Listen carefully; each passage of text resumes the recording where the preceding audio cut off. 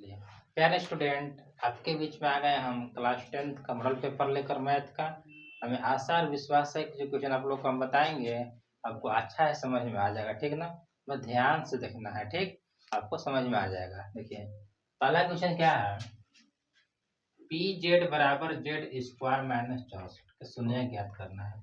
क्या मान लेंगे? जेड स्क्वायर माइनस 64 बराबर 0 मान लेना है। ठीक, फिर क्या जाएगा यहाँ से, जेड माइनस में जाएगा तो क्या में हो जाएगा, प्लस में।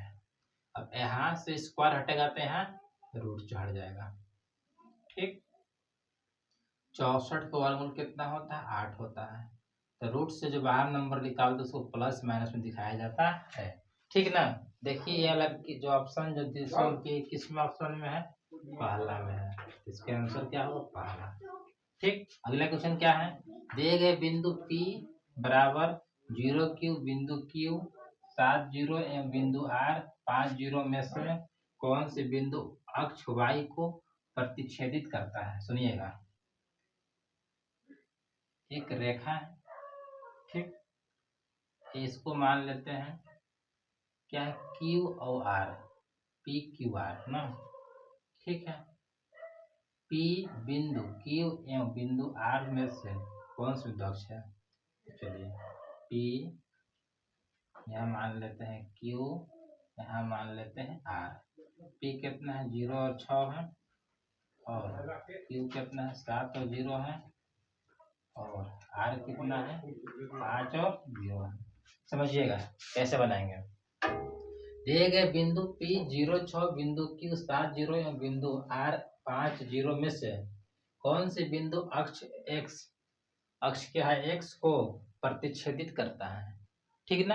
कैसे करेंगे सर, देखिए, अगर अक्ष x बोलेगा तो y पर देखेंगे। अगर यहाँ पर बोलता y अक्ष x अक्ष y बोलता तो हम किस पर देखते, y पर देखते हैं। अब बोला है x तो y पर देखेंगे, अगर y बोलता तो x पर देखते हैं। तो कैसे होगा, अब हम देखेंगे x पर, जैसे हमको क्या बोला है, अक्ष x पर बोला है, y पर देखेंगे कि y बिंदु 0 कहाँ कहाँ आ रहा है। अगर हमको बोलता अक्ष y, हम देखते x बिंदु पर x के मान 0 कहाँ कहाँ आ रहा है, कौन कौन बिंदु पर। ठीक, इसी प्रकार से इसको देखेंगे। तो हमको बोला अक्ष x पर, तो y पर देखेंगे कि बिंदु 0 कहाँ कहाँ आ रहा है। देखिए, x होता है, ये y होता है। एक यहाँ देखिए, यहाँ पर 0 और 6 है, x के मान है। हमको x के y के मान चाहिए, 0 चाहिए।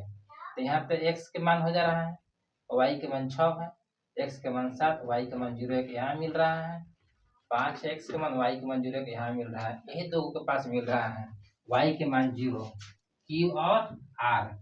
तो अक्ष x को प्रतिच्छेद कौन करेगा, q और r बिंदु। तो q और r बिंदु कहाँ है, इसका ऑप्शन का दोनों बिंदु। समझ में आ रहा है। अगर यहाँ y बोलता तो x पर देखते, x बोला है तो y पर देखना है। चलिए, अगला क्वेश्चन क्या है, दो समपरिमेय संख्याओं के बीच कम से कम कितनी विषम परिमेय संख्या होता है। दो को सम संख्या ले लीजिए, मान लीजिए 2 और 4, इसके बीच में कितना आ रहा है, एक 3 भर आ रहा है। मान लो कि ले लीजिए 6 और 8, इसके बीच में क्या संख्या आ रहा है, सिर्फ 7, एक आ रहा है। इसका क्या आंसर होगा, एक वो मिलेगा। ठीक ना? अगला क्वेश्चन क्या है, दो क्रमिक विषम संख्या के एचसीएफ क्या होता है। दो को क्रमिक लेना है विषम संख्या। मान लीजिए विषम संख्या कितना हम ले लिए, 3 और 5 ले लिए। इसका एचसीएफ कितना आएगा हमेशा, बताइए। इसका हमेशा एचसीएफ कितना आएगा, दो क्रमिक विषम संख्या के एचसीएफ क्या होता है हमेशा, एक। कितना होता है, एक हमेशा होगा। कैसे सर, देखिए 3 और 5 ले लिए, 3 का गुणनखंड 1 और 3 होगा, और 5 का 1 और 5 होगा। ये दोनों में क्या मिल रहा है, सिर्फ एक ही नहीं मिल रहा है। इसका एचसीएफ कितना होगा, एक होगा। ठीक ना? अगला क्वेश्चन क्या है, दो चारों वाई जेड में रैखिक समीकरण ax plus B Z plus C बराबर 0 के कितने अधिकतम हल संभव है। इसको कितना हो जाता है, अनगिनत।